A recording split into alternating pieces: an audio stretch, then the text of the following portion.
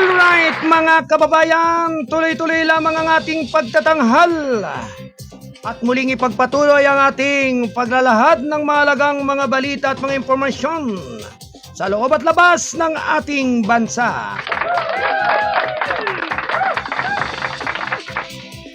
Mulit-muli, tuloy-tuloy lamang mga kababayan ang ating pagtutok, pakikinig at panonood dito sa ating himpilan ng KBS RMM News TV. Samantala mga kababayan, narito pa rin ang ating mga karagdagang mga balita. Round 1. Lady, go! Samantala mga kababayan, inilikas ng Philippine Coast Guard ang 104 na katao. Nilinis ang mga lugar na tinamaan ng baha sa Batangas at Mindoro. Round 1. Lady, go! Inilikas ng Philippine Coast Guard ang 104 na individual na nagsasagawa ng clearing operation sa mga komunidad na apektado ng baha sa Batangas at Oriental Mindoro sa gitna ng patuloy na epekto ng pinalakas na southwest monsoon o habagat. Sa isang payag noong Miyerkules, sinabi ng Philippine Coast Guard na agad nilang isinagawa ang evacuation, pumping, clearing at rescue operations sa Lian, Lemery at San Luis sa Batangas, pati na rin sa Puerto Galera, Calapan City sa Oriental Mindoro. Sa baybayan ng Lian, 104 na individual mula naman sa lugar na madalas bahaan ang ligtas na nailikas habang ang tubig baha, debris at iba pang hadlang ay nilinis mula sa mga kalsada at daloy ng tubig sa iba pang epektadong lugar upang mabawasan ang banta ng pagbaha at panatiling ligtas ang mga residente. Sa bayan naman ng San Luis, nakipag-ugnayan ang Philippine Coast Guard Substation Lemery sa Municipal Disasters Reduction and Management Office upang magsagawa ng operasyon ng paglilinis at pagtanggal ng debris sa Barangay Poblacion Purok 6 noong Martes. Natagpuan ng grupo ang isang nahulog na puno at naipon mula debris na umarang sa ibang daluyan ng tubig at kanal na drainage na nagdulot ng pag-ipon ng maputik na tubig ulan at nagdulot ng panganib ng pagbaha sa mga kalapit na residential na lugar. Agad na inalis ng Philippine Coast Guard ang mga nahulog na sanga at debris upang maibalik ang daloy ng tubig at mabawasan ang panganib ng pagbaha. Patuloy na nakipag-ugnayan ang Philippine Coast Guard Substation sa mga kinauukulang ahensya at mga opisyal sa barangay at minumonitor ang lugar para sa karagdagang insidente sa loob ng kanilang saklaw ng responsibilidad. Para sa Zamboanga Peninsula Exercise, sinabi ng Dimaala na ang 97 Infantry Batalyon ng 1st Infantry Division ay may malaking papel kasama ang artilyera at armor assets ng Philippine Army pati na rin ang mga tauhan ng Philippine National Police, Philippine Coast Guard, Bureau of Fire Maritime Police, CAPGO, Active Auxiliary at mga reservists. Sa mga drill, pinakita ng mga tropa ang kanilang kolektibong kahandaan, interoperability at koordinadong tugon sa kalsada sa Zamboanga Peninsula Interagency Territorial Defense Operation exercise sa Dipolog City. Aniya, ang IAT Docks sa Dipolog City sa Zamboanga Peninsula ay nakatakda namang tumakbo mula sa August 10 hanggang 20. Sinabi ng Dimaala na tampok sa simulation exercise sa mga active ng Incident Command System na nagpapakita ng kalayaan ng mga kalahok ng unit na mabilis na mobilisasyon ng mga tauhan sa pamahalaan ng mga krisis, magbibigay ng emergency assistance at magtatag ng epektibong command ang control. Kasama rin dito ang mga operasyon sa Coastal Defense na kahabanan ng Dipolog City Boulevard sa kinabibilangan ng airborne intersertion na nagpakita ng mabilis na deployment ng trupa habang isang mas casualty evacuation drill ang sumubok sa kakayahan ng mga kalahok na maligtas, mag-assess, magpagamot at maghatid ng mga sugatan sa mga pasilidad medikal. Samantala, nakipagtulungan naman ang isandat ang 11 o 2nd Infantry Brigade ng 11 Infantry Division sa mga lokal na tanggapan ng pamahalaan, mga tagapagpatupad ng batas, mga emergency responder at mga ahensya ng kalusugan at unang ensayo sa IA Tidok sa Barangay Tandubato, Luok, Sulo noong August 16. Ang ensayo ay nagsilbing mahalagang paghahanda upang patunayan ang mga konsepto, pamamaraan ng mga channel ng komunikasyon at kanilang mga tungkulin ng mga kalahok na ahensya bago ang AI TEDx na nakatakda mula August 18 hanggang August 28, 2026, sabi ni Dimaala. Dagdag pa niya, isinagawa ang mga drill upang bigyan diin ang kahalagaan ng isang buong bansa ng pamamaraan ng teritorial ng depensa at pambansang katatagan at pinagsama-sama ang kakayahan ng militar lokal na pamahalaan, magpapatupad ng batas, serbisyo, pangkalusugan, mga emergency responder at iba pang mga stakeholders sa ilalim ng isang koordinadong balangkas bilang tugon sa anumang panlabas na banta.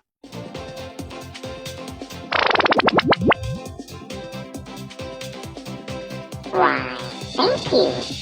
Ganap na alas 11:14 ng umaga.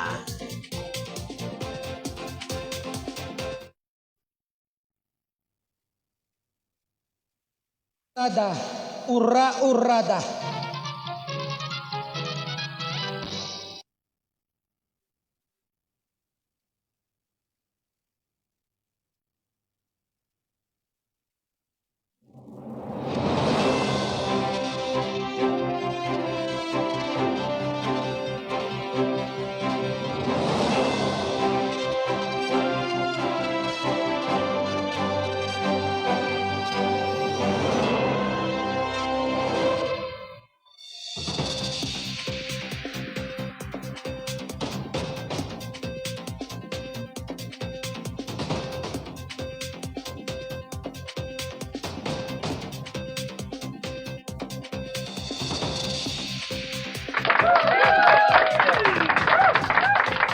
Samantala mga kababayan, tuloy-tuloy lamang ang ating paghahatid ng mahalagang mga balita. At syempre, ang ating pong nakakasama dito sa ating Studio 1, sa ating technical site, sina Ate Del Aldea Santos at Ate Rosemary Padirong.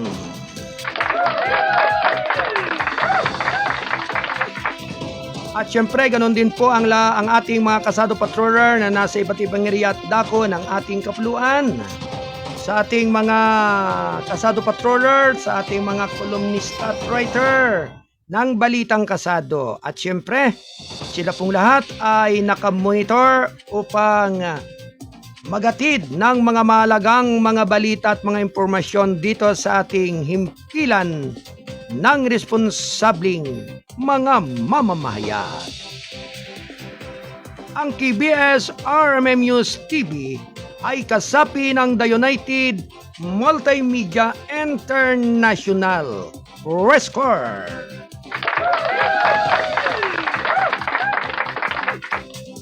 Samantala mga kababayan, itinigil ang proseso ng dokumento ng Siparer matapos ang cyber attack ng Marina. Round 1. Ready, go! Para sa Zamboanga Peninsula Exercise, sinabi ng Dimaala na ang 97 Infantry Battalion ng 1st Infantry Battalion ng 1st Division ay may malaking papel kasama ang artillery at armor assets ng Philippine Army, pati na rin ang mga tauhan ng Philippine National Police, Philippine Coast Guard, Bureau of Fire Maritime Police, CAPGO, Active Auxiliary at mga reservists. Sa mga drill, ipinakita ng mga tropa ng kanilang kolektibong kahandaan, interoperability o koordinadong tugon sa kalsada, Zamboanga Peninsula, Interagency Territorial Defense Operation exercise sa Dipolog City, aniya. Ang AIA TDOC sa Dipolog City sa Zamboanga Peninsula ay nakatakdang tumakbo mula August 10 hanggang 20. Sinabi naman ni Dimaala na tampok sa simulation exercise ang pag-active bait ng Incident Command o Incident Command System na nagpapakita ng kakayahan ng mga kalahok na unit, mabilis na magmobilisya ng mga tauhan, pamahalaan ng mga krisis, magbigay ng emergency assistance at magtatag ng epektibong command and control. Kasama na rin dito ang mga operation sa Coastal Defense sa kahabaan ng Dipolo City, Boulevard at kinabibilangan ng airborne insertion na nagpakita ng mabilis na deployment ng tropa habang isang mass casualty evacuation drill ang sumubok sa kakayahan ng mga kalahok na magligtas na mag-assess, magpagamot at magatid ng mga sugatan sa mga pasilidad medikal. Samantala, nakipagtulungan naman ng 11 o 2nd Infantry Brigade ng 11 Infantry Division sa mga lokal na tanggapan ng pamahalaan, mga pagpatupad ng batas, mga emergency responder at mga ahensya ng kalusugan sa unang ensayo ng IAT Doc sa Barangay Tondo Bato, Luok, Sulu noong August 16.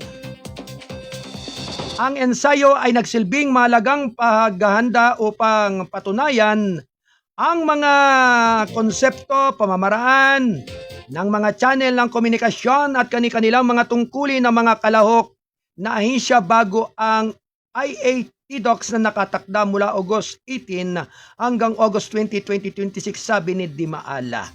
Dagdag pa rin niya, isinasagawa ang mga drill upang bigyang diin ang kahalagahan ng isang buong bansa na sa pamamaraan sa teritorial na depensa at pambansang katatagan na pinagsama-sama ang kakayahan ng militar lokal na pamahalaan, pagkapatupad ng batas, serbisyong pangkalusugan, mga emergency responder at iba pang mga stakeholders sa ilalim ng isang koordinadong balangkas bilang tugon sa anumang panlabas na banta.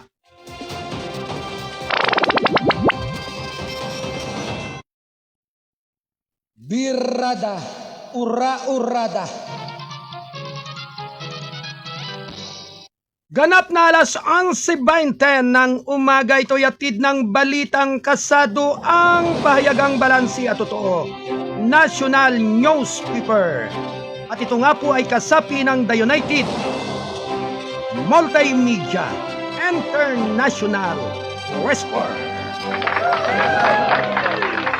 Okay, Ate Del. Dakuan muna natin ang ating kasado patroller dyan sa Quezon City, dyan sa Mega Manila, si Kuyang John Santosidad.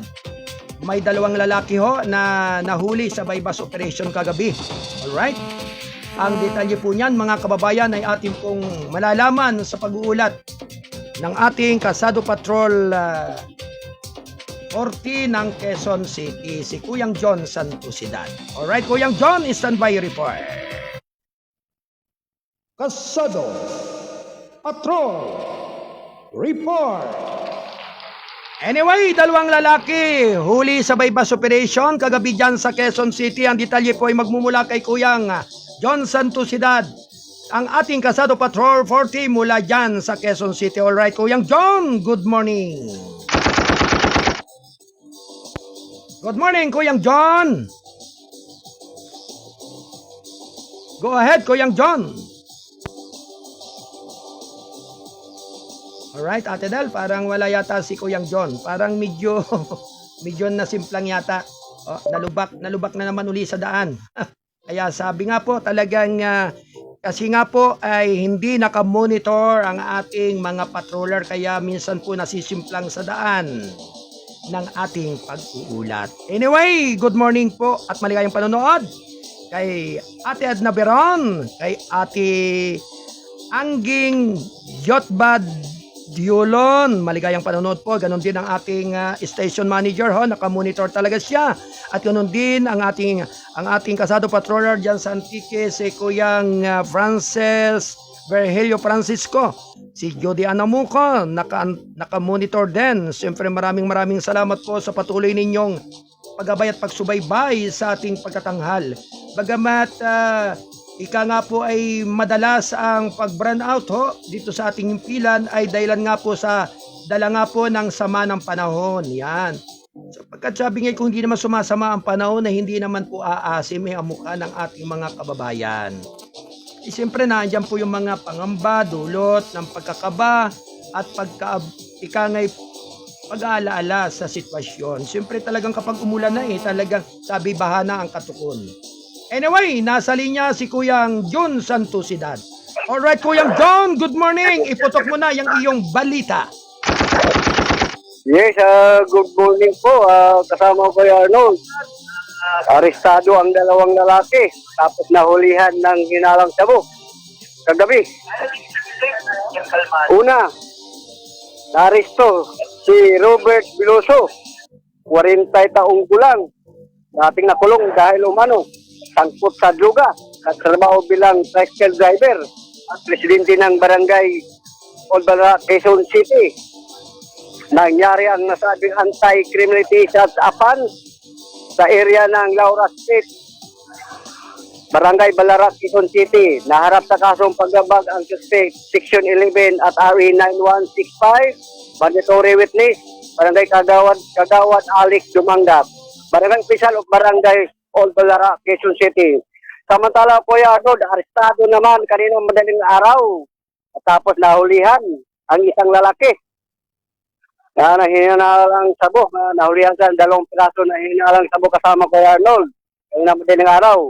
At si Carlo Maximo, 43 taong gulang, nagtrabaho bilang construction worker. Nangyari ang nasabing anti-criminality charge apan sa area ng Tandang Tura Avenue, Barangay Old Balara, Quezon City.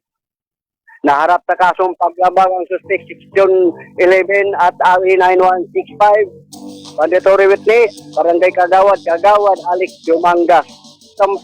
Samantala, Kuya Arnold, birthday ngayong araw na to, ang kami nga bakal, nga kapitan. Kapitan Maningko, punong barangay ng Barangay Pumul, Quezon City. Kapitan Maningko, Barangay Pumul, Quezon City. Kaarawan niya ngayon, sama Kuya Arnold. Samantala, Kuya Arnold, ngayon sa ganitong oras, no, mainit to, mainit milagro. Mainit ngayong araw na to. Mainit. At karamihan madaling araw ulan malakas. Pagdating ng ganito oras, so milagro, masiwalat ang araw ngayon, no. Sa panahon ngayon, sama Kuya Arnold. Kuyang John. Diyan Yes, pala sa Quezon City ay mainit. Bakit sa lugar at area naman ng Rizal ay patuloy naman ang pag-ulan? At sa mga area at ilang parte sa lugar ng Cavite, sa Laguna, ayon na rin sa ating mga kasado patroller na nakamonitor. Alright, kaya maswerte ko yung John ang Quezon City. Talagang, sabi nga'y talagang yung mga pagbahadi yan ay maiibsa na rin. Nagdeklara ngayon ng lokal pamahalaan ng Quezon City. Kung hindi, buong NCR, no, wala tayong pasok ngayon. Sa mga pag-aaralan, sa mga estudyante, ganun din ang mga government, no? Official government. Walang pasok. Bukas din, wala rin pasok bukas. Nonoy Aquino, no, holiday. Bukas. Holiday, oo. At tama-tama ko yung John, wala ka rin pasok marahil bukas, di ba? Wala rin pasok bukas. Ang hearing, daming hearing ko. Dapat ngayong araw na to, 4, pero walang hearing ngayon, no? Palibago rin masisina sa sunod na buwan. Ganyan talaga pag nagiging empleyado ng DOJ ay talagang madalas talaga yan sa hearing, di ba, Kuyang John? Ayun nga, may nasampulan na kasi dito sa Barangay Payatas, no? Isang kagawad na rin, nabanggit ko na noon sa'yo. Kaya lahat mga kagawad ngayon sa Quezon City, naalarma na. Kung bakit baga wala namang kadala-dala yung mga gayang klase ng tao, ay matapos sila makuha yung kanilang katungkulan, ay kanila ring napapabayaanan. At yung pala, may mga iba pa pala silang gusto, dapat doon na lang sana, huwag na sanang kuhanin pa yung hindi kayang gawin o hindi kayang trabahuhin. Oo nga, excited sila ngayon kasi tuloy daw ang eleksyon. Matuloy pa kaya? Sige, basta bahala sila kung kailan at kung papaano. Okay, Kuyang John?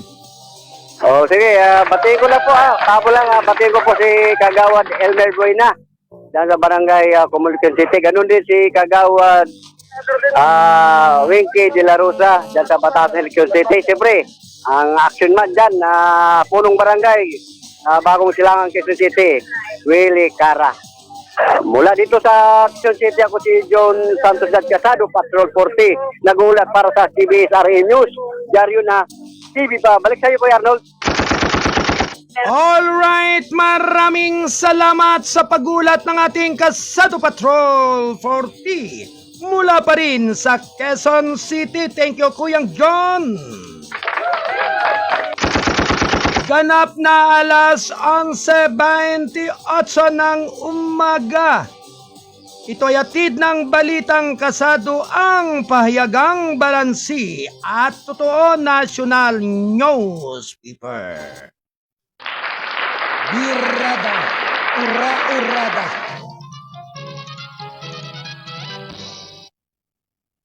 Samantala mga kababayan, tuloy-tuloy lamang ang ating mga karagdagang balita. Bagamat nagkaroon po ng putol-putol ang ating pagkatapos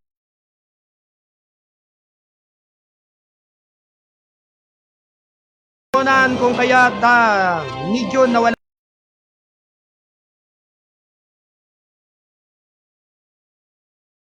12 ng tanghali. Tuloy-tuloy po ang ating pagsasama-sama dito sa ating himpilan ng responsabling mga mamamahayag. Ano man ang layo't lingwahe mo, basta kayo ay Pilipino, ito ang boses mo.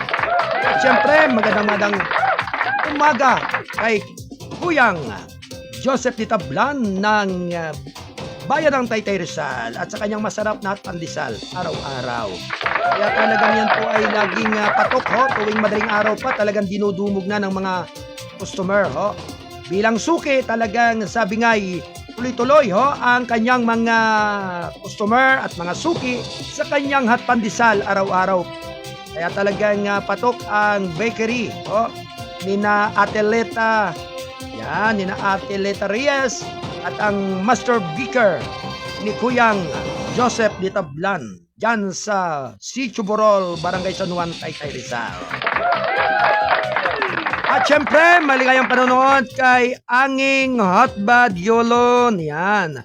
At ganun din sa lahat ng ating mga kababayan na patuloy na nakatutok. Oh. Lalong-lalo na po dyan si area ng Antique kay Kuyang Berhel Francisco. Kamusta na yung Antique? Mainit ba dyan ang panahon, Kuyang Berhel? Partikular sa iba't ibang kanugnog lalawigan dito sa ating bansa. Ho? Mula dito sa Mega Manila hanggang sa area ng Calabarzon, may lugar po na napakainit. At may lugar din naman na patuloy pa rin ang pag-ulan-ulan. Dahil nga po sa nakapalibot na bagyo na gustong pumasok dito sa ating bansa at muling guluhin na naman uli ang panahon sa ating sambayanan. Yan. Hindi na bale ho, basta kinakailangan po, laging handa o anumang oras. Samantala, binanggit ni Pangulong Marcos ang masabilis na resisyon dahil sa baha sa Metro Manila sa gitna ng habagat. Round 1. Lady, go! Samantala mga kababayan, sinabi ni Pangulong Ferdinand R. Marcos Jr. noong Miyerkules na mas mabilis nang bumababa ang tubig ba sa Metro Manila at umaabot na sa mababang antas na binanggit ng mga paunang tagumpay mula sa mga pagsisikap ng gobyerno sa kontrol ng baha at sa pamamahala ng tubig sa kabila ng tumitinding malakas na pag-ulan. Matapos ang isang briefing tungkol sa sitwasyon tungkol sa epekto ng Southwest Monsoon o habagat sa gitna sa Metropolitan Manila Development Authority Command Center sa Pasig City, sinabi ng Pangulo na ang baha na dati ay tumatagal ng 2 hanggang 3 araw bago humupa ay ngayon ay bumababa na sa loob ng wala pang 1 araw. Mas mabilis na ang paglabas ng tubig kung dati maghihintay ang tao ng 2-3 araw para mawala ang baha. Ngayon, wala pang 1 araw, wala na, sinabi niya. Pinanggit din niya na ang antas ng pagbaha ay mas mababa ng malaki kumpara sa mga naunang malalaking pagbaha kung saan umaabot ang tubig sa 2 o kahit 3 palapag ng ilang gusali. Sinabi pa rin ni Pangulong Marcos sa kapansin-pansin ang mga pagbuti dahil sa dami ng ulan na tumama sa Metro Manila nitong Lunes. Sinabi niya na 201 millimeter ng ulan na bumagsak sa loob ng 5 oras katumbas ng humigit kumulang 40% ng ulan na binagsak ng Tropical Storm Ondoy sa loob ng 24 na oras. Noong taong 2009 o humigit kumulang sa 50,000 Olympic size sa swimming pool.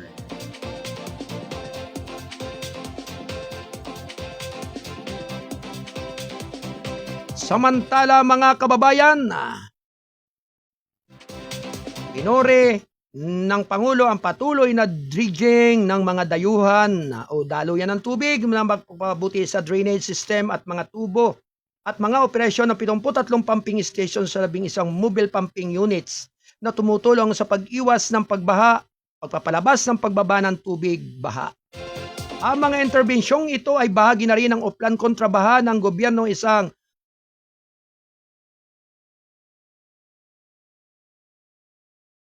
ng drainage sa Metro Manila upang mabawasan ang pagbaha sa panahon ng malakas na ulan.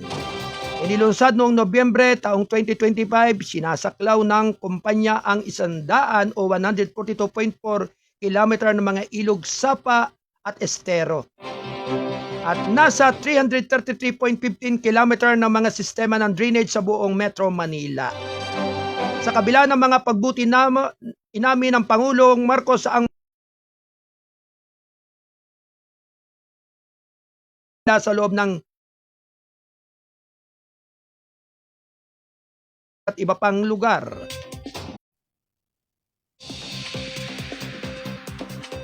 Kabilang sa mga pangmatagalang panahon ang pinag-aaralan ay ang mga pagsisilid para sa pag-i-impound ng tubig sa ilalim ng lupa ay may teknikal na tulong mula sa Netherlands.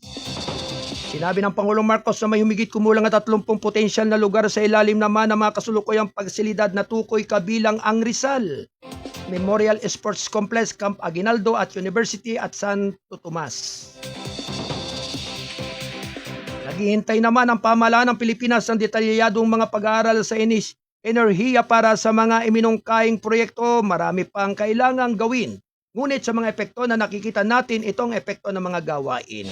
Sa nakalipas na 6 na hanggang 7 buwan, nakita natin, nakabawas agad. Kaya pagpapatuloy natin ito, sabi ng Pangulong Marcos.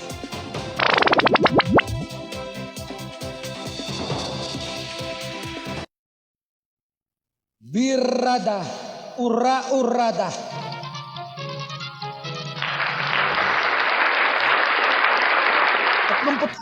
Na minuto makalipas ang ika-11 ng umaga, ito'y atid ng balitang kasado ang pahayagang balansi at totoo. National News.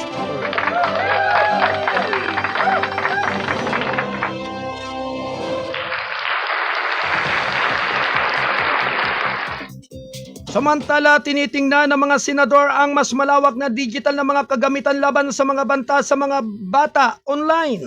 Round 1. Lady, go!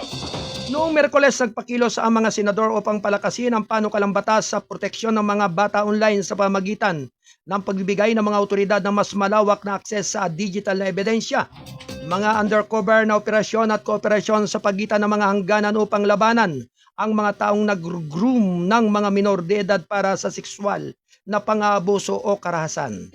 Sa plenaryo deliberasyon tungkol sa Senate Bill No. 1819 o ang Panukalang Child Online Protection and Safety Act, sinabi ni Senador Risa Ontiveros na ang pangunahing tagapagtaguyod ay may akda ng panukala na inihahanda ang mga amyenda upang bigyan ang mga ahensya ng pagpapatupad ng batas ng mga ng kasangkapang pang-imbestigasyon na katulad ng ginagamit laban sa online na sexual na pang-aabuso at pagsasamantala ng mga bata. Ang mga iminungkahing pagbabago ay dumadating kasunod ng kamangaliang karahasan sa paaralan sa Tacloban at Zamboanga na nag-udyok sa mga mambabatas at tagapagtanggol ng proteksyon ng bata na suriin kung ang mga impluensyang online ay maaaring mag-aambag sa maras na pag-uugali sa mga minor de edad. Pagkatapos pa lamang ng Tacloban, may Stop Guttered Anti-Usaic Stakeholders to ask an important questions. Mayroon ba tayong pwedeng may pasok sa bill na ito at nasa advanced stage na kagyat na matutugunan ang malaking problemang bunsod ng nihilistic violent extremism, sabi ni Hontiveros. Sinabi niya na ang mga iminungkahing amyenda ay magpapaintulot sa mga investigador na maglalabas ng subpena para sa datos ng subscriber na at trapiko. Mapapanatili ang digital ebidensya, magtago ng impormasyon sa makatutulong sa pagtukoy ng karagdagang mga biktima at suspect at magsasagawa na mas malawak na pangangalap ng intelihensya at undercover na online na operasyon. Magtatatag din ang panukala ng isang karaniwang artiktura ng pagbabahagi ng impormasyon sa pagitan ng mga ahensya ng pagpapatupad ng batas at investigasyon ng Pilipinas at pagpapaintulot ng direktang koordinasyon sa mga dayuhang autoridad kapag may international connection ang mga kaso.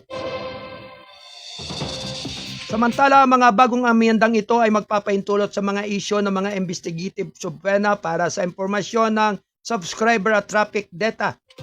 Magbibigay na mas malawak na mga kasangkapan para sa mas malawak na pangangalap ng intelihensya at mga undercover na online na operasyon.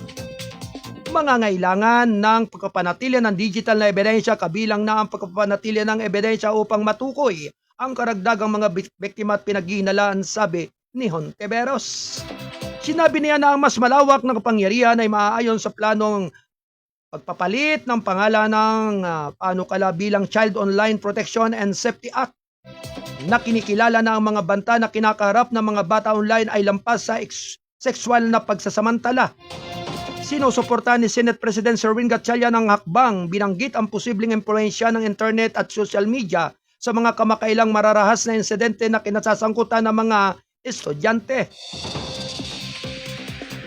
Gamitin natin itong pagkakataon na mahinto, maiwaksi, tuldukan na po itong impluensya nitong nihilistic violence para hindi na maulit sa ating mga kabataan at ating mga paaralan, sabi ni Gatchalian.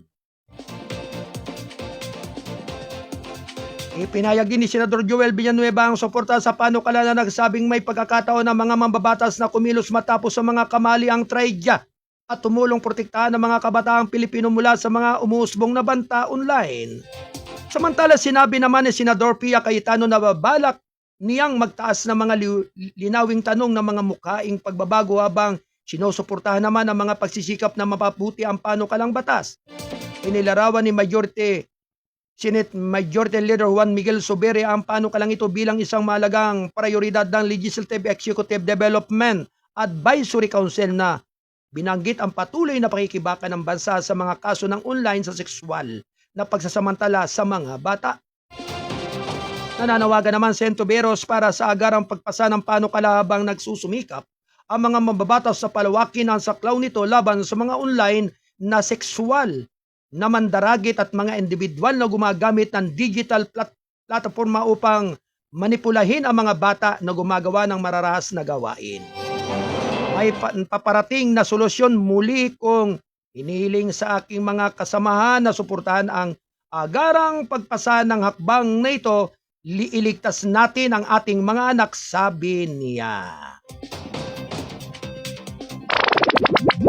Ganap na alas 11:41 ng umaga pa rin. Ito'y hatid ng Balitang Kasado, ang pahayagang balansi at totoo. National Newspaper. Birrada, ura-urada.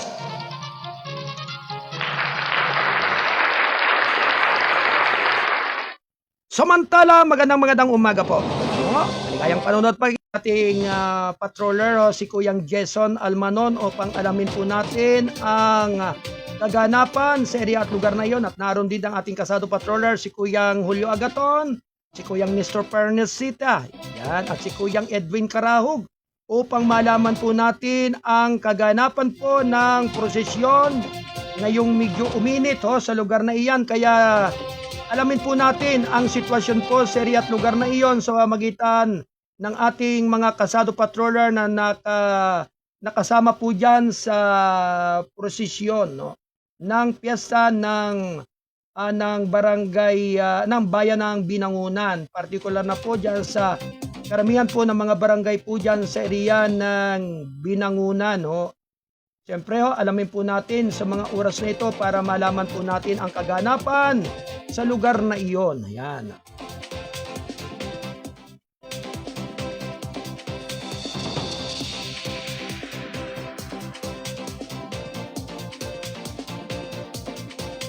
Ganap na alas 11:44 ng umaga. Okay, ito ay hatid ng Balitang Kasado, ang pahayagang balansi at totoo. National Newspaper.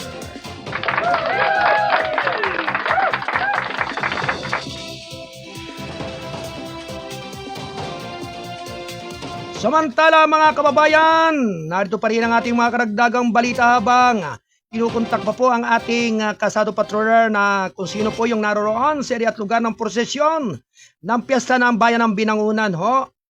Okay, nandiyan po si Kuyang Julio Agaton, si Kuyang Nestor Pernasita at Kuyang Jason Almanon upang malaman po natin ang kaganapan po doon sa area at lugar kung saan ginanap ang prosesyon mula pa kaninang umaga, ganap ng ikasyam ng umaga. At siyempre hanggang ngayon po yan, kaya kailangan pong malaman natin. Anyway, narito pa rin mga kababayan ng ating mga karagdagang mga balita. Round 1. Ready, go! Ayon sa Pag-asa, isa pang 200 mm na pag-ulan na posible pa. Isa pang matinding pag-ulan na katulad ng pagbaha na nagdudulot ng mahigit na 200 ng ulan sa sa Quezon City nitong nakaraang linggo na hindi maaaring isantabi ang posibilidad habang patuloy na pinapalakas ng mga sistema ng panahon ng Southeast Monsoon o habagat. Ayon sa Bureau nitong Miyerkules, sinabi ni Ches Perez, Assistant Weather Service Administration or Pag-asa, na nananatili pa rin ang bansa sa panahon ng habagat kung saan ang mas matinding kondisyon ng monsoon ay paminsan-minsan ay maaaring magdulot na rin ng malaking dami ng ulan sa maikling panahon.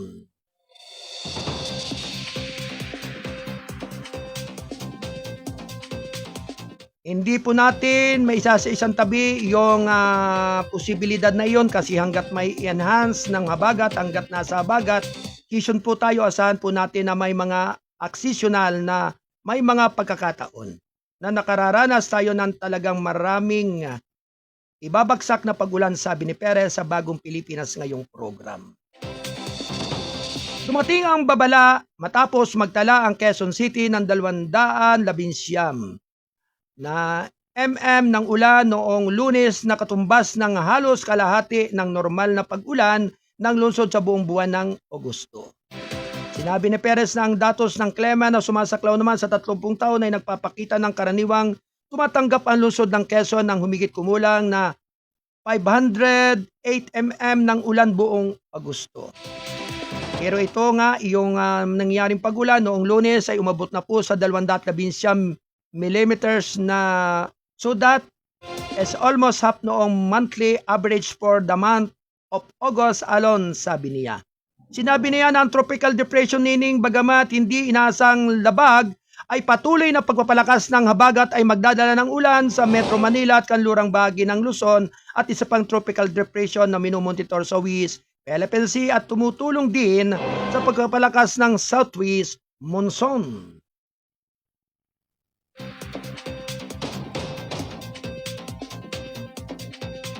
Samantala, inaasahan ng Pag-asa ang 100 mm hanggang 200 mm ng pag-ulan sa Pangasinan.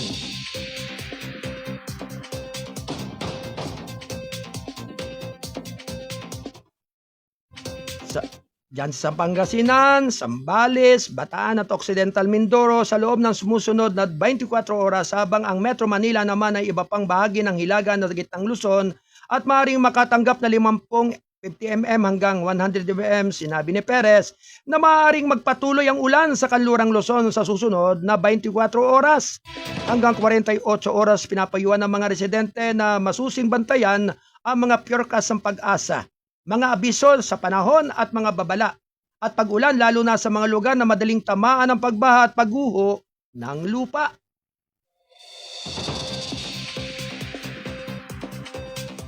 Ang Nineng ay matatagpuan 530 kilometers hilagang silangan ng Ibay at Batanes noong panayam na may pinakamalakas na tuloy-tuloy na hangin. Sa 55 km per hour bugso ng hanggang 70 km per hour, ito ay gumagalaw pa hilagang kanluran sa bilis ng 30 km per hour at inaasahang aalis sa hilagang hanggan sa Philippine Area of Responsibility nang hindi umaabot sa lupa. Ganap na alas 11:49 ng umaga. Kayatid ng balitang kasado ang pahayagang balansi at totoo. National Newspaper. Samantala mga kababayan, tuloy-tuloy lamang ang ating paghatid ng mga karagdagang mga balita. Round 1. Lady, go! Suspendido ang mga klase ng F2F sa may git siyam na raang paralan dahil sa bagat na ulan. Round 1. Lady, go! Sinabi pa rin ng Disaster Risk Reduction and Management Service ng Department of Education na nasa 7,000 pampublikong paralan ang nagsuspende ng mga klase ng personal nitong Miyerkules. Ito ay dahil pa rin sa epekto ng pinalakas na southeast monsoon o tropical depression Nining. Sa 74 na epektadong division, ang Central Luzon ang nagtala ng pinakamaraming suspension sa paralan sa 2,766 ayon sa pinakabagong ulat ng sitwasyon ng DepEd DRRMS. Sinundan ito ng Calabarzon sa pansamantalang pagtigil ng mga face-to-face na klase na nasa 259 na paralan. Ilocos Norte, 1,811. Mimaropa, 767. Cordillera, 425. Tangway ng Zamboanga, 233. Metro Manila, 204. Western Visayas, 69. Ilagang Mindanao, 50. Rehiyon ng Davao, 5. Sacsargent, 4. Bicol, 3. Caraga, 2. At isang paralan para sa Cagayan Valley at Eastern Visayas. Hindi bababa sa 588 pamilya o sambahayan ang gumagamit din ng mga paralan bilang evacuation centers. Batay na rin sa Incident Management Reporting System, 81 silid-aralan sa 29 na paralan ang kasalukuyang kumikilos bilang ISIS sa piling mga lugar, kabilang dito ang 13 paralan sa Pampanga, 5 paralan sa Valenzuela, pati na rin sa 3 paralan na lungsod ng Malulon.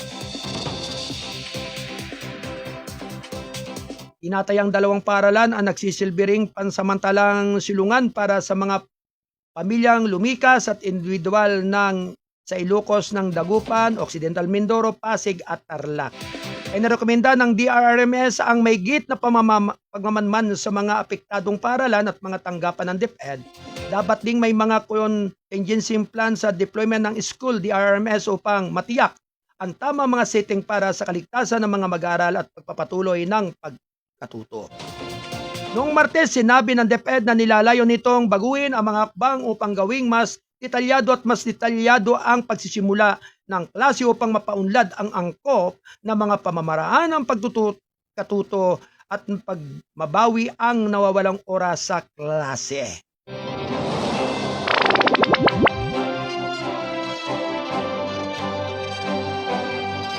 Alas 11:52 ng umaga. Tuloy-tuloy lamang mga kababayan ng ating paghatid ng mga karagdagang mga balita. Maaring suspindihin ng mga employer na sa pribadong sektor ang trabaho sa panahon ng mga kaguluhan sa panahon.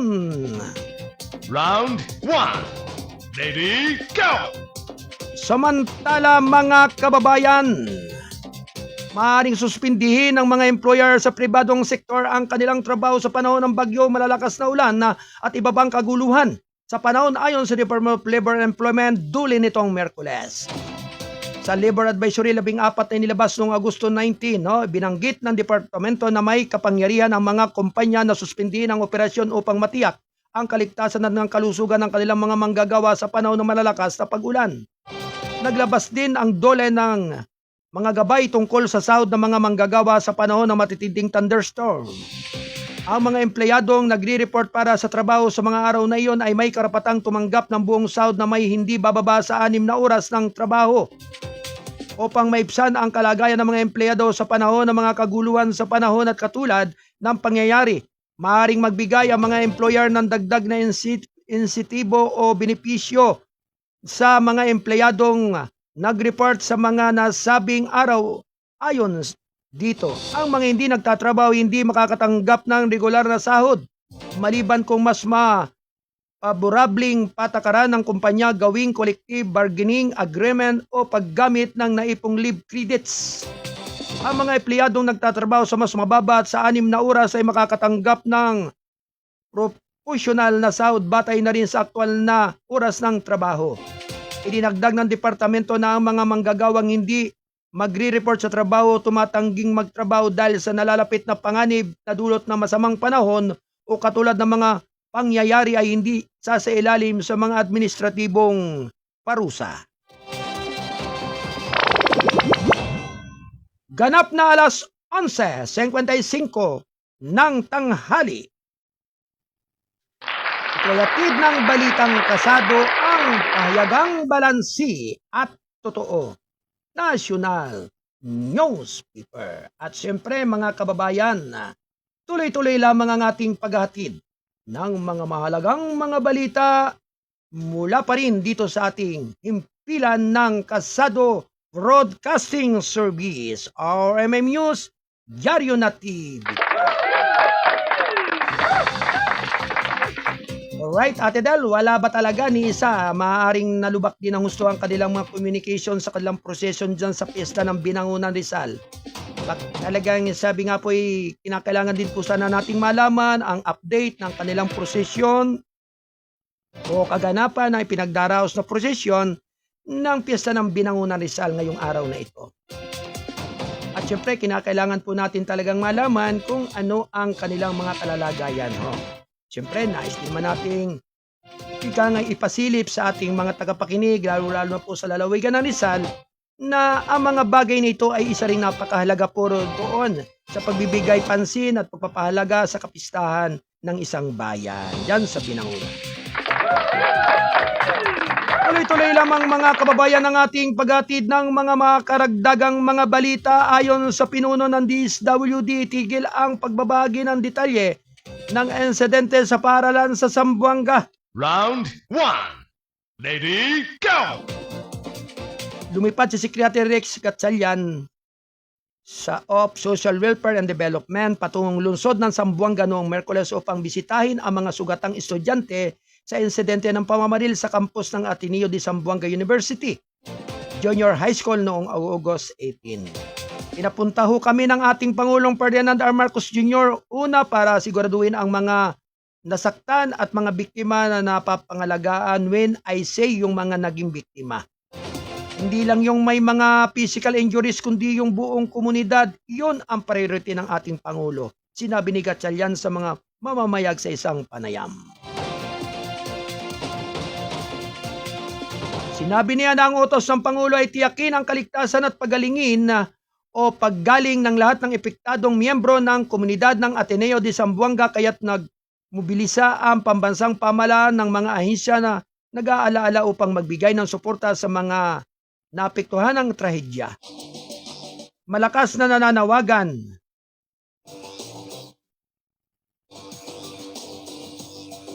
si Gatchalian sa publiko lalo na sa mga content creator na naging maingat sa sensitibo sa pagbabahagi ng impormasyon, larawan at video ng insidente. Nananawagan kami sa publiko ng mga media practitioner, vlogger at content creator at agad na itigil ang pag-post, pagbabahagi o pagpapalakas ng mga graphic na larawan at video ng insidente ng pamamaril sa paaralan sa Zamboanga aniya.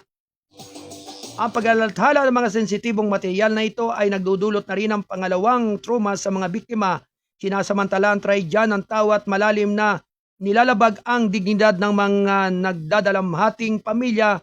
Hinimok din ni Gatchalian ang publiko na maging maawain sa pamagitan ng pag-aalala na protektahan ang pinakamabuting interes sa mga bata. Ang pagbubunyag sa mga bata maging sila man ay mga biktimang saksi o minor de edad ng sangkot at ang pagpapalaganap ng impormasyon lalo na kung hindi tama ay tinuturing na pang-aabuso sa bata.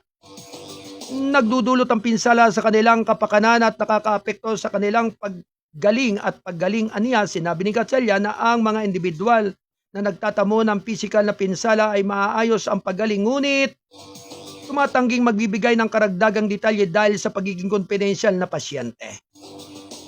Basta sapace to say na ang departamento ay siguraduhin na ang lahat ng mga nangangailangang tulong mula sa insidente na to at matutulungan na niya dagdag pa na handa ang DSWD na magbigay ng psychosocial support sa mga maaaring makararanas ng emosyonal na paghihirap dahil sa trahedyang ito.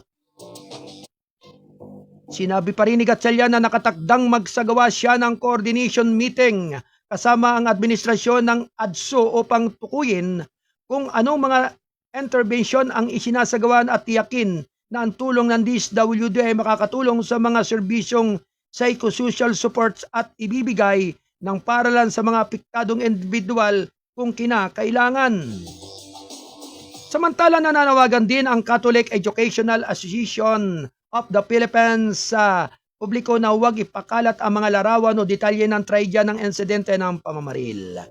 Sa isang mensaheng ipinadala ng Radyo Veritas noong Merkules, hiniling ng organisasyon sa mga tao na iligtas sa mga pamilya sa mga biktima mula sa karagdagang paghihirap. Sa masakit sa sandaling ito, hinihiling namin sa lahat na tumugon ng may sensitibidad, malasakit at pagpipigil. Tandaan na sa likod ng bawat ulat, larawan o post sa social media ay mga estudyante, pamilya, guro at isang komunidad na dumaranas ng matinding pagdadalamhati at pagkabigla. Hinihikayat namin ang publiko na iwasan ang mga haka-haka, hindi beripikadong impormasyon, sensasyonal na komentaryo at hindi kinakailangang pagbabahagi ng mga larawan o detalye na maaaring lalo pang makasakit sa mga apektado, sabi ng CIAP. Naway protektahan ng ating mga salita at kilos ang dignidad ng privacy ng mga biktima at kanilang mga pamilya habang binibigyan naman ng espasyo ng mga otoridad at ang komunidad ng paralan upang matukoy ang mga katotohanan at tumutugon ng naaayon dagdag pa nito. Umaasa rin ang grupo na ang traedya ay magsilbing panawagan upang palakasin ang mga hakbang upang matiyak ang kaligtasan, kapakanan at seguridad sa mga paaralan.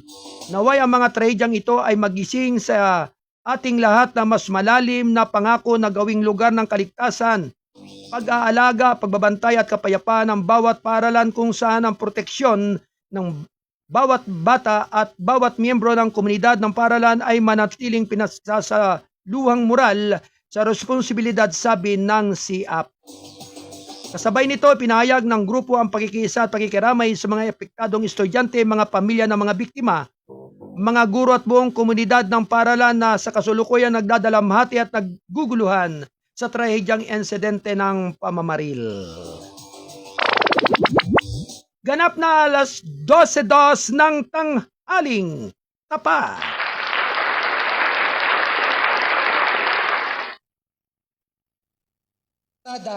Ura-urada. Alright, magandang tanghali. Ngayong ika-12 ng tanghaling tapat, siyempre sa lahat po ng ating mga kababayan na nanananghalian.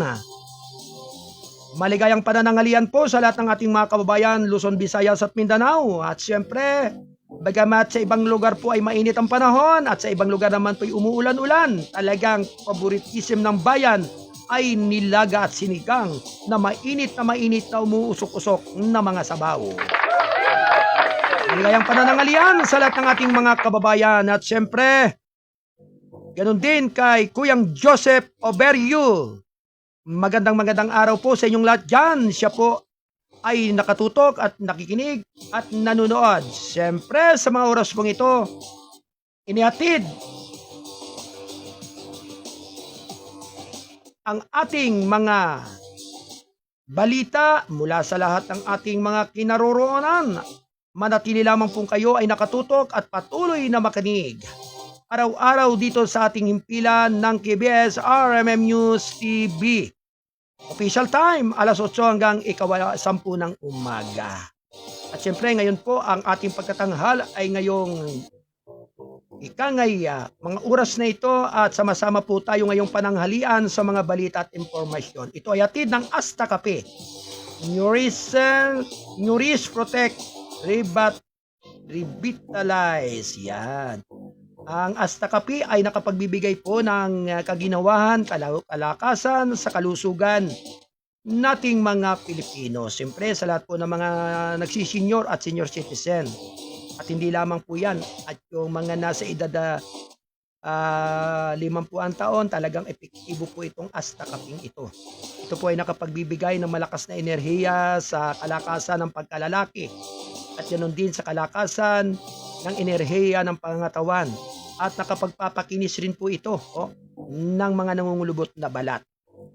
Ang Asta Kapi ay laganap na po sa parte ng Metro Manila at sa area rin po ng mga area ng Calabarzon.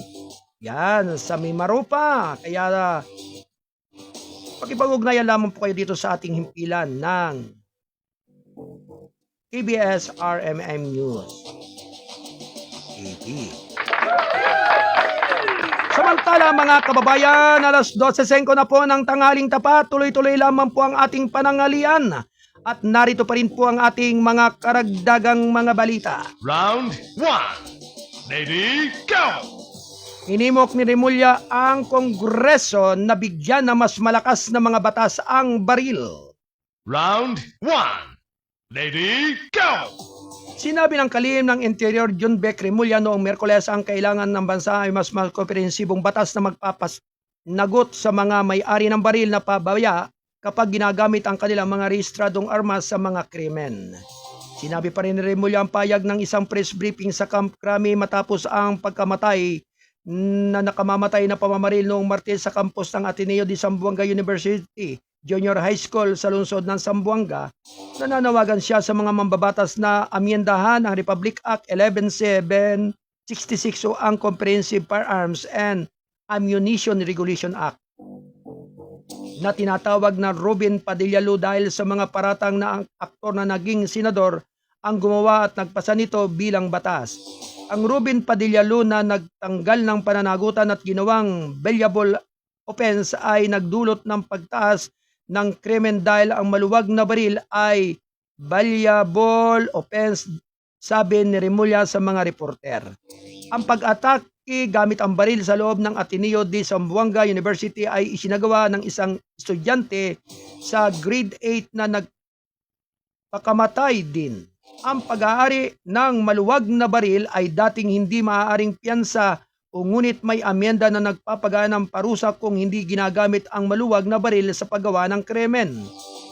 Ginamit o binanggit ni Remulla na ang baril na ginamit ng Ateneo de Zamboanga shooter ay hinisyo ng gobyerno dahil sa pag-aari ito ng ama ng salarin sa nagtatrabaho sa Bureau of Customs.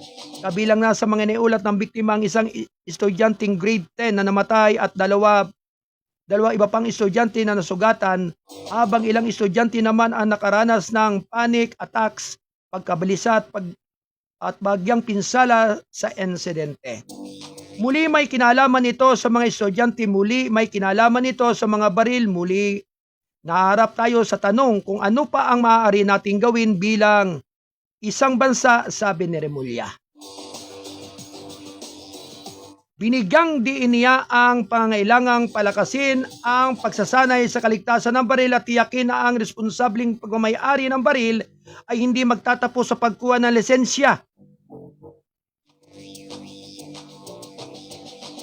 Sinabi niya na ang responsable ng gobyerno ay sa huli protektahan ang publiko at panatiliin ang social contact na mapanatili ng kaligtasan ng mga komunidad.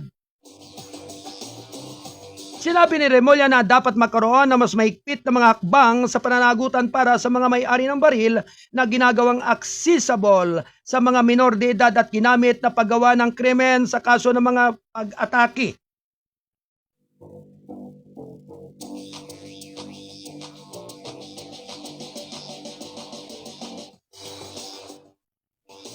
Sa kaso ng mga pag-atake gamit ng baril na kinasangkutan ng mga bata, tinanong niya hindi ba pantay na responsable ang may-ari ng baril?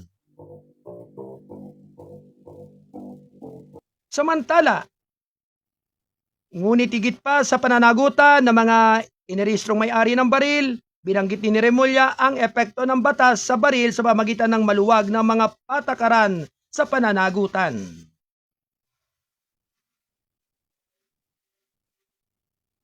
Sinabi rin ng kalihim ng interior ay naniniwala siyang dapat parusahan ang mga may-ari ng baril na hindi maayos na pag-aalaga ng kanilang mga baril.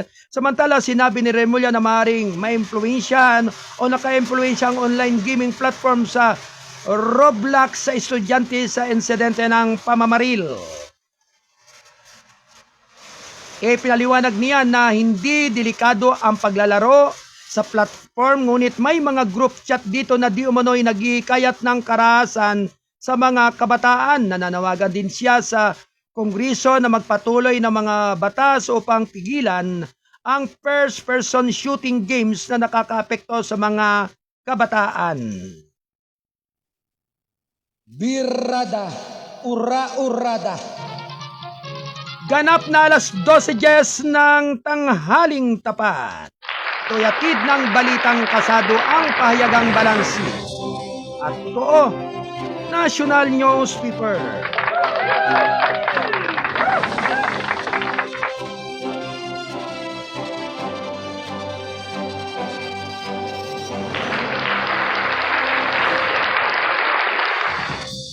Alternatibong sistema ng trabaho ng gobyerno, mga mood ng pagkatuto ng NCR 17 lugar.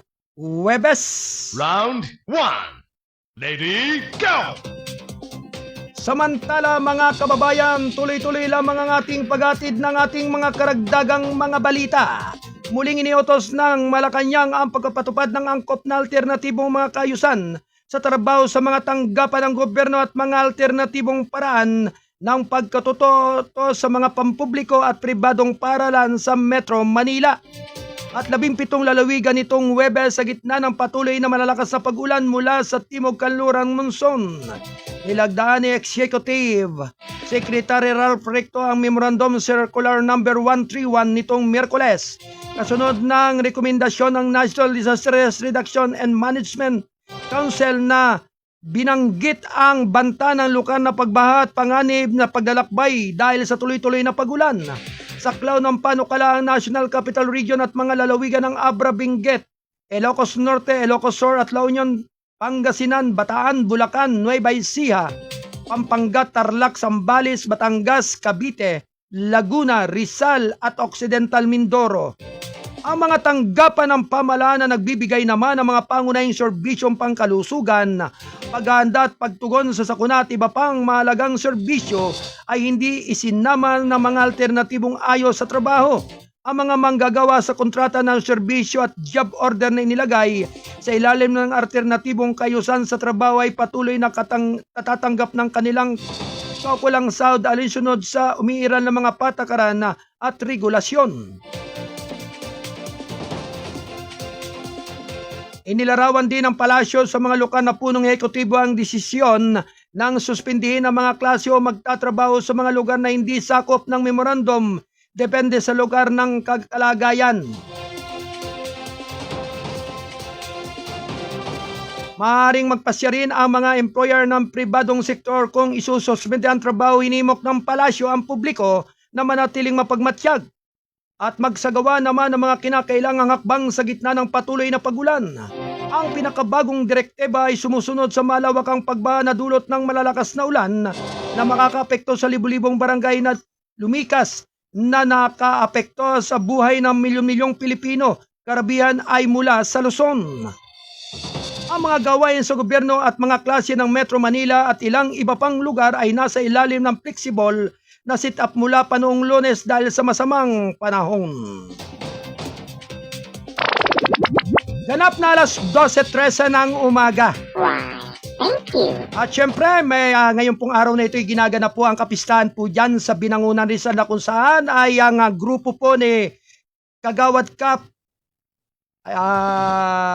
Efren Rosaldo ay kasama po sa prosesyon na ginanap na prosesyon dyan sa Binangonan Rizal.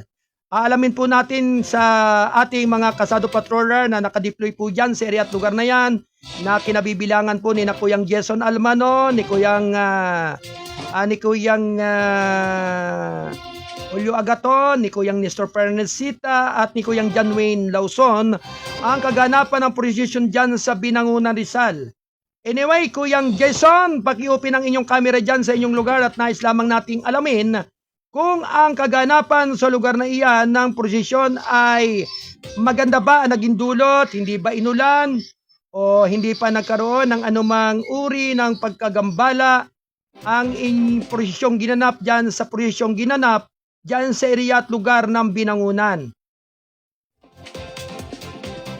Ganap na alas 12:14 ng umaga, ito'y hatid ng Balitang Kasado, ang pahayagang balansi at totoo. National Newspaper.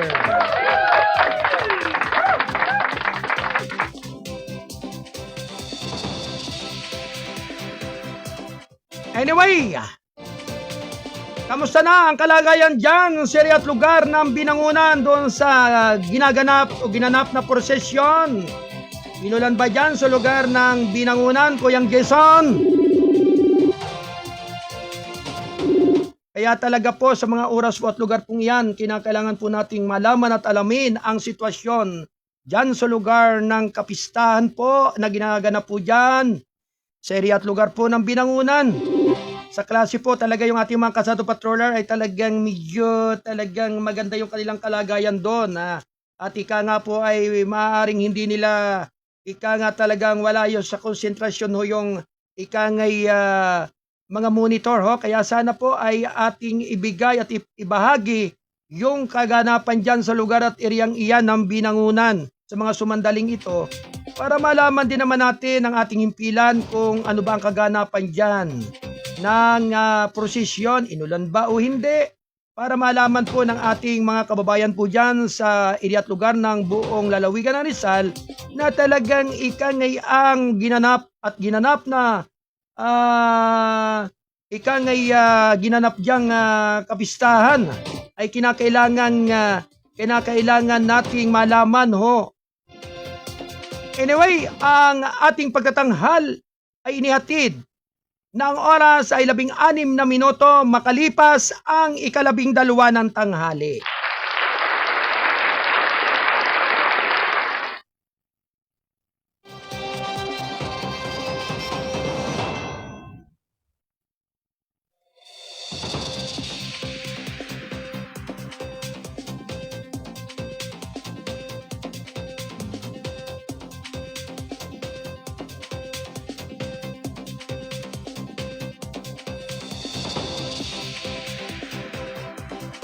Anyway, Ate Del, okay na ba? At para malaman natin, ay ka nga yung sitwasyon doon, no? Para malaman natin ang kalagayan, ho? Okay, ating malaman naman, ho? At ikangay makikipamista ang ating palatuntunan. Yan sa lugar po ng Binangunan. Kaya pakisuyo lang sa ating mga kasado patroller. Ikangay kailangan lang naman nating makita lamang naman ang ating mga tagapanood. Ika nga para makita ho yung kalagayan ang ika nga pista diyan. Kung yung baga ho, ika nga kaunting viewing lang naman ang ating hinihintay rito. Para makita ng ating mga taga-subaybay yung area at lugar na kung saan ay ika nga sa gitna ng panahon ng panagulan ho, ika nga talagang ginawa ng paraan na talagang maidaos o may pagpatuloy ho yung kapistahan ho dyan sa bayan ng Binangunan. Ika nga po ay ating makita at malaman kung talagang successful po yung prosesyon na ginanap diyan sa lugar na iyan.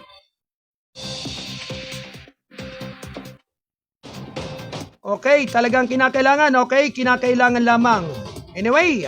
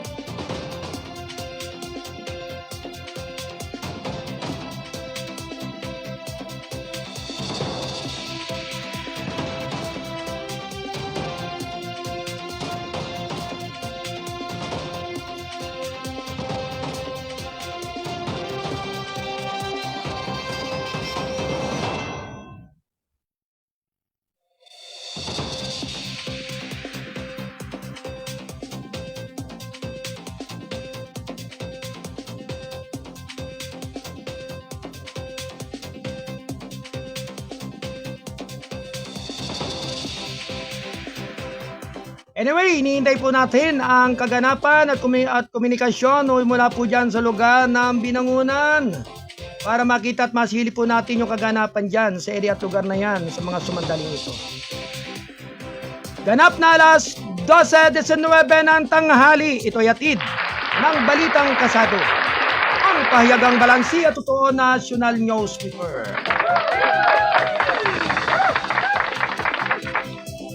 Samantala mga kababayan, tuloy-tuloy lang mga ating paghatid ng mahalagang mga balita. Sinuportahan ng PTMOMS ang pagsasanay sa kaligtasan ng media bago ang mga butuhan sa BARM. Round 1. Lady, go! Balita mula naman sa Cagayan de Oro, sinuportahan ng President Task Force on Media Security nitong Miyerkules ang programa ng pagsasanay sa kaligtasan ng Cagayan de Oro Press Club. Bago pa ang halalan sa parlamentaryo Setyembre 14 sa Bangsamoro Automos Region in Muslim Mindanao. Pati na rin ang mga halalan sa barangay at sangguniang kabataan ngayong Nobyembre 2. Sa isang panayam, sinabi ni PTMOMS University Jose Torres na ayon sa utos ng Pangulo, mahalaga ang kaligtasan at seguridad upang matiyak na ang mga mamamahayag ay mahusay na ginagabayan sa pag-uulat ng halalan. Hindi makakamit ang kalayaan sa pamamahayag kung hindi ligtas ang ating mga media practitioners sa pag-cover ng larangan, aniya. Ito ang ikalawang taon ng pagipagtulungan ng PTMOMS sa COPC na sa pamagitan ng Journalism Institute nito at sa non-government organization ng Hans Sidil Foundation upang magsagawa ng pagsasanay sa kaligtasan ng media dito. Ngayong taon, sinusuportahan naman ang kaganapan ng BARM ang Port and Pantry Division ng Army na nagbuhos ng pagsasanay mula Agosto 19 hanggang 21 ng Police Regional Office sa Northern Mindanao. Halos 40 kalahok mula sa iba't ibang organisasyon ng balita na dumalo sa pagsasanay. Sa isang courtesy visit sa Police Regional Office 10 headquarters sa lungsod na ito, sinabi ni Brigadier General Christopher Abrano na palaging bahagi ng kanilang mga protocol ang seguridad ng media. Ibinahagi rin ni Torres na noong panahon ni Abraham bilang direktor ng Police Regional Office Caraga Region na resolba ang isang kaso ng pagpatay sa media. Wow, thank you. Ganap na alas 12:22 ng umaga. Ito'y hatid ng Balitang Kasado, ang pahayagang balansi at totoo national newspaper.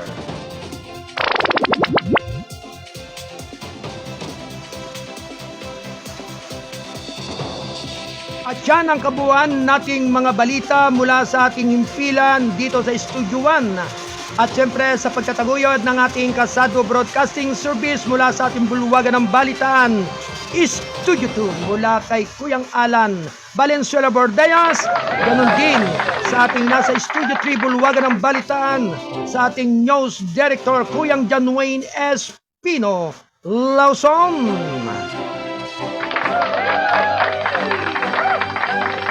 Anyway, nais lamang po nating banggitin mga kababayan na bagamat medyo nabigo po ang ating communication sa pag-alam doon sa dinaraos na prosesyon. Ang nais lamang po ng ating palatuntunan ay makita po natin ang kaganapan ng prosesyon dyan sa kapistahan sa bayan ng Binangunan. At nais lamang po nating makita sa pamagitan ng kamera. Para sabi nga ay may update po natin yung prosesyon na ginanap dahil sa kapistahan ng bayan ng Binangunan, partikular na po sa grupo ng Kagawad Kap Efren Rosaldo. Kaya gusto ko lamang po sana at kinukontak din po ng ating PA si Ate Flor de Lisa, yung ating isa sa correspondent ng Balitang Kasado. Pakisuyo naman sa inyo dyan. Pakisagot ninyo ang tawag sa inyo para makita natin yung kaganapan lamang dyan sa area at lugar ng pagdaraos ng prosesyon ng bayan ng Binangunan. Ganap na alas 12:24 ng umaga, ito'y atid ng Balitang Kasado, ang pahayagang balansi. At totoo, National Newspaper.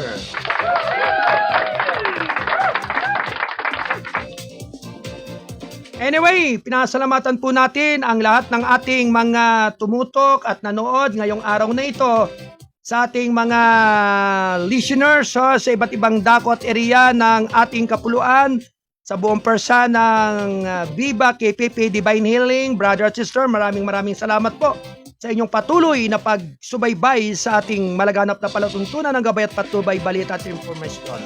At likewise kay Athena Cloud Geroche. Yan, maraming salamat po sa inyong pagsubaybay kay Ate Naberon, Ate Anging Hotbad Yalon, at kay Kuyang Berhelio Francisco, ganun din kay Judy Anamuco, kay Ate Alina Oclares, at ganun din kay Roma Canino de Doblan, kay Ate Melans Blanca Flor, kay Kuyang Joseph Oberio. Yan, at ganun din at sa marami pang iba nating mga taga-subaybay. Siyempre, ang ating pong pagtatanghal na ito ay hatid ng Kasado Broadcasting Service, RMM News, Diaryo na TV pa. At ito ay kasapi ng The United Multimedia International Press Corps.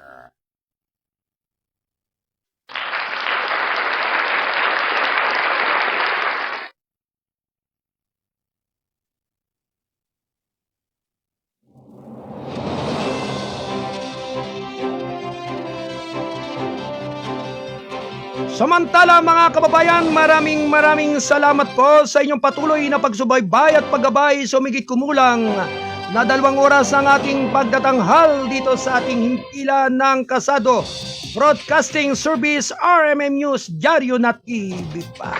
Mulit-muli ako ay magbabalik sa araw ng bukas, ganap na 8 hanggang 10 ng umaga. Ang FB page ay Kasado Serbisyo Publiko at Gabay at Patnubay. Mulit-muli, nasalamatan po natin ang ating mga nakapiling sa ating pagtatanghal dito sa ating studyuan, sina Ate Del Rose Aldea Santos at Ate Rosemary Paderon Lauson. Ganun din ang ating studio Bulwagan ng Balitaan na kinaroroonan ni Ate Cora Biernes, ang ating operation manager, ang ating layout artist, Ate Ella Pasco, ang ating tagapagtaguyod ng ating pagbabalita, Attorney Mike Bordeos. Ganun din ang ating nasa Studio 3 Bulwagan ng Balita ng ating news director, Kuyang John Wayne Espino Lawson. Maraming salamat po sa inyong lahat ng naglilikong mga taga-subaybay. Sumainyo nawa ang pagpapala ng ating dakilang lumika.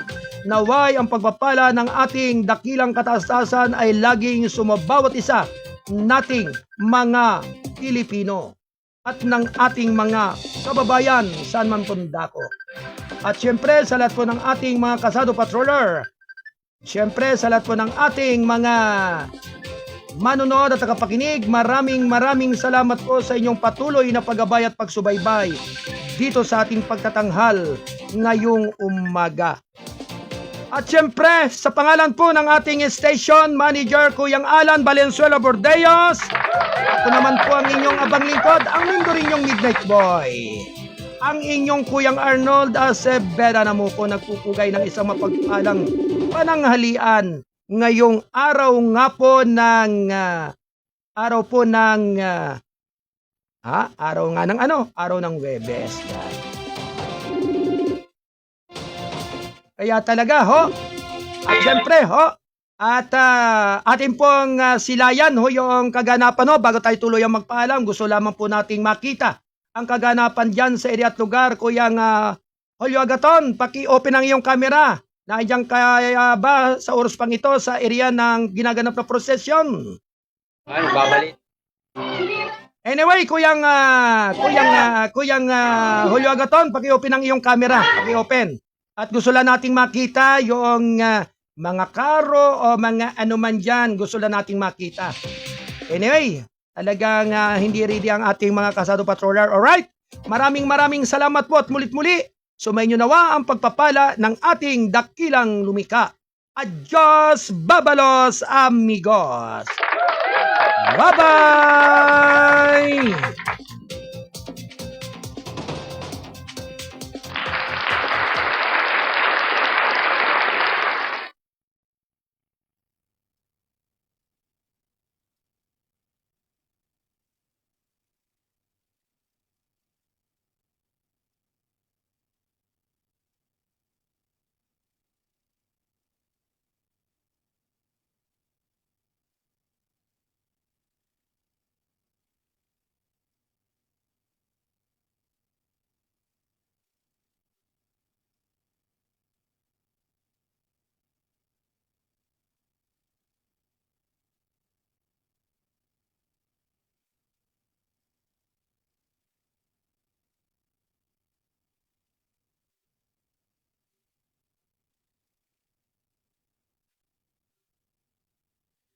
Yo!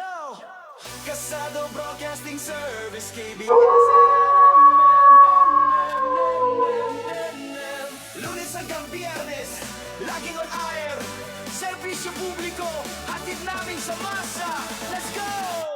Let's go! Sa mic at sa camera, laging alerto. Kuya Alan Valenzuela Bordeos, CEO, boss ng kwento. Si Kuya Arnold Aceveda, namuko, program director. Gabay at patnubay, balita at impormasyon, walang palya. Protector, when Espino Lawson. News director, editor-in-chief. Issue ng lipunan at sa tao, walang relief. Si Kuya Ben Aludo, prangkado, kakima ang handog. Kwento sa field, tapat at walang palusot. Kasado Broadcasting Service, KBS, RMM, Diario, Radio, TV, hatid ang news. Bam! Serbisyo publiko sa bawat baryo at city. Team namin solid, mabilis, wagas at witty. Balita sa umaga, balita sa gabi. Mula sa radyo hanggang sa diaryo, di kami mabibi. Kuya Alan, Kuya Arnold, Kuya Wayne at Kuya Ben. Teamwork solid, wala atrasan, walang talo sa laban. Reporter sa field, editor sa studio. Mabilis na balita, hatid sa bawat kilo. Ikasa mo, gabay at patnubay, issue ng lipunan. Prangkat pagkatima, truth ang hatid namin sa bayan. Kasado Broadcasting Service, ABS, RMN, Diario, Radio, TV, hatid ang news. Serbisyo publiko sa bawat baryo at city. Team namin solid, mabilis, wagas at witty. Lunes hanggang Biyernes, on air ang kwento. Mga mamamahayag, laging handa sa toro. KBS, RMN, di lang basta news. Hatid namin sa masa, truth na wala abuse. Kasado Broadcasting Service, CBS, RMN, balita, serbisyo, hatid sa bawat tao. Pambin namin solid, mabilis at totoo. Ikasamo, gabay at patnubay, issue ng lipunan, pagkadok na ima. Hatid ang totoong kwento. Diaryo na, radyo na, TV na. Kasado Broadcasting Service, KBS, RMN. Serbisyo publiko, sa puso tubo namin. RMN.